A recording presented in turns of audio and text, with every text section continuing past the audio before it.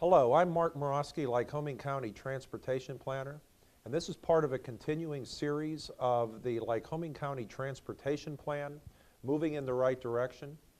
This is a 20-year plan that focuses on our highway system, our bridges, the transit system, the airport, the rail system, and the bikeway and pedestrian facilities for the county. And it shapes the future investment of those facilities in Lycoming County over the next 20 years. We want to focus now on the rail service for our area. In Lycoming County, we have two freight railroads that provide rail service.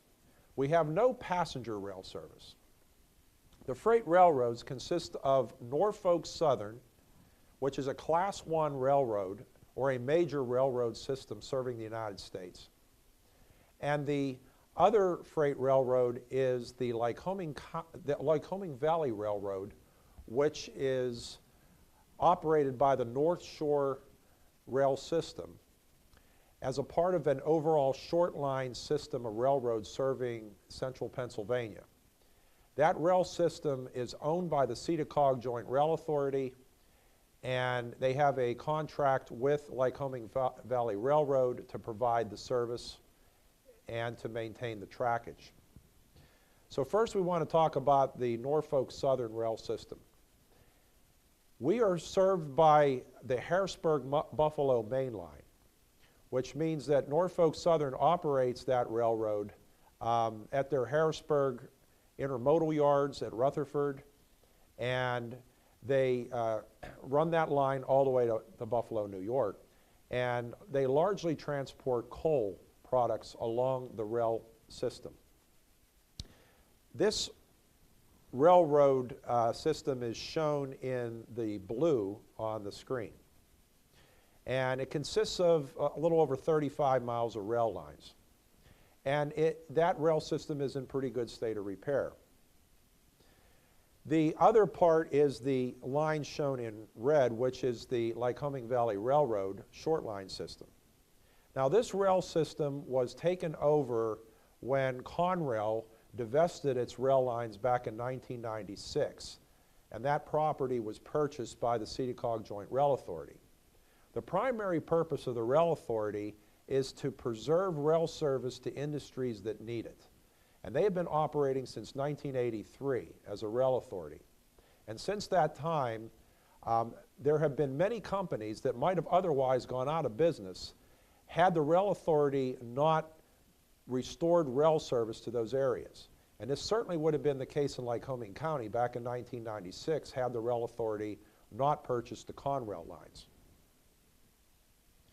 Now, this chart shows basically rail traffic or rail freight activity on the Cedar-Cog Railroad system. And you'll see that they own 5 different short line railroads.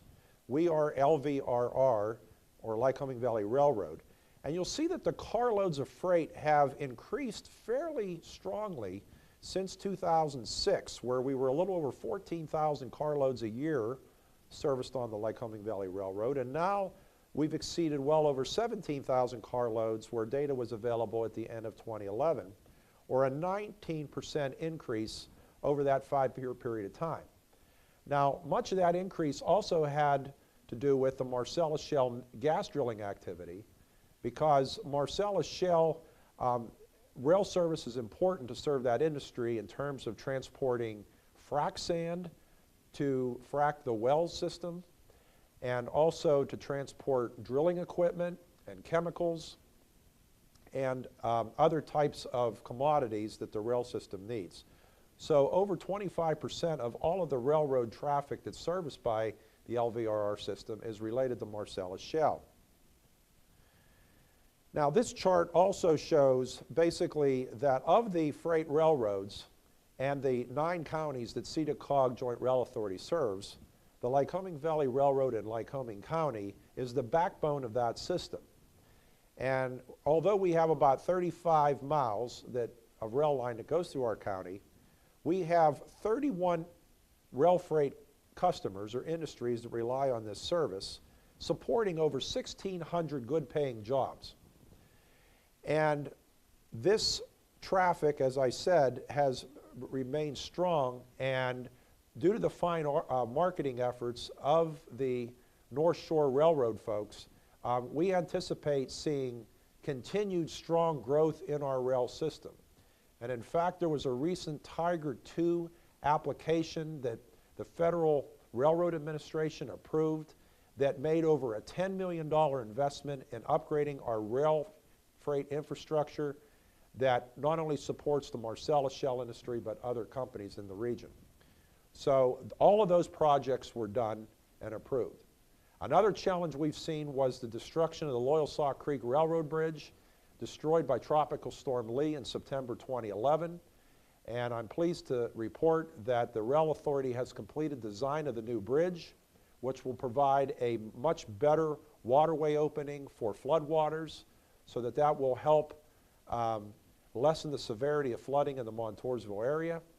And that project is now under construction, and the new bridge should be completed in June of 2014. This aerial view of the Newberry Rail Yard really underscores what's happening here in our region related to Marcellus Shell activity. The Newberry Rail Yard is the largest railroad yard along the Harrisburg-Buffalo main line, and it once served 5 main railroads over 100 years ago. So we were a railroading area for many years. The Newberry Rail Yard is now operating basically at full capacity with Marcellus tenants. And it serves as the major point of transferring rail freight to trucks. And ultimately, trucks take the goods to market or take the gas materials delivered to the well sites, which are not served directly by rail. So the Newberry Railroad Yard has definitely increased in its importance to the community. And like I said, unfortunately, there's not a lot of room for additional growth there, but it is a well-served rail system with spurs, and it will remain healthy and viable and a key part of our economic equation as we move forward. So that concludes the information about our rail service, and I hope you found this informative. Now I'm at the LCAT. Okay. The transportation plan is going to be going through an extensive public review process, which began on November the 1st and will conclude on December the 15th of this year. As a part of that, we are using Lycoming County area television in order to give a broader perspective out to the community about the plan and make them aware of it. You can also find it on the county website, lyco.org. We've had 11 publicly advertised meetings through the Williamsport Area Transportation Study and the Lycoming County Planning Commission, which will also meet on November the 21st. At 6:30 p.m. we will make a presentation there. And following the public comment period, we will address all comments, and then we will amend our plan accordingly based on what we hear from you. So again, I want to thank you. I'm Mark Murawski, Lycoming County Transportation Planner. As a part of this continuing series, I hope I will see you again. Good night.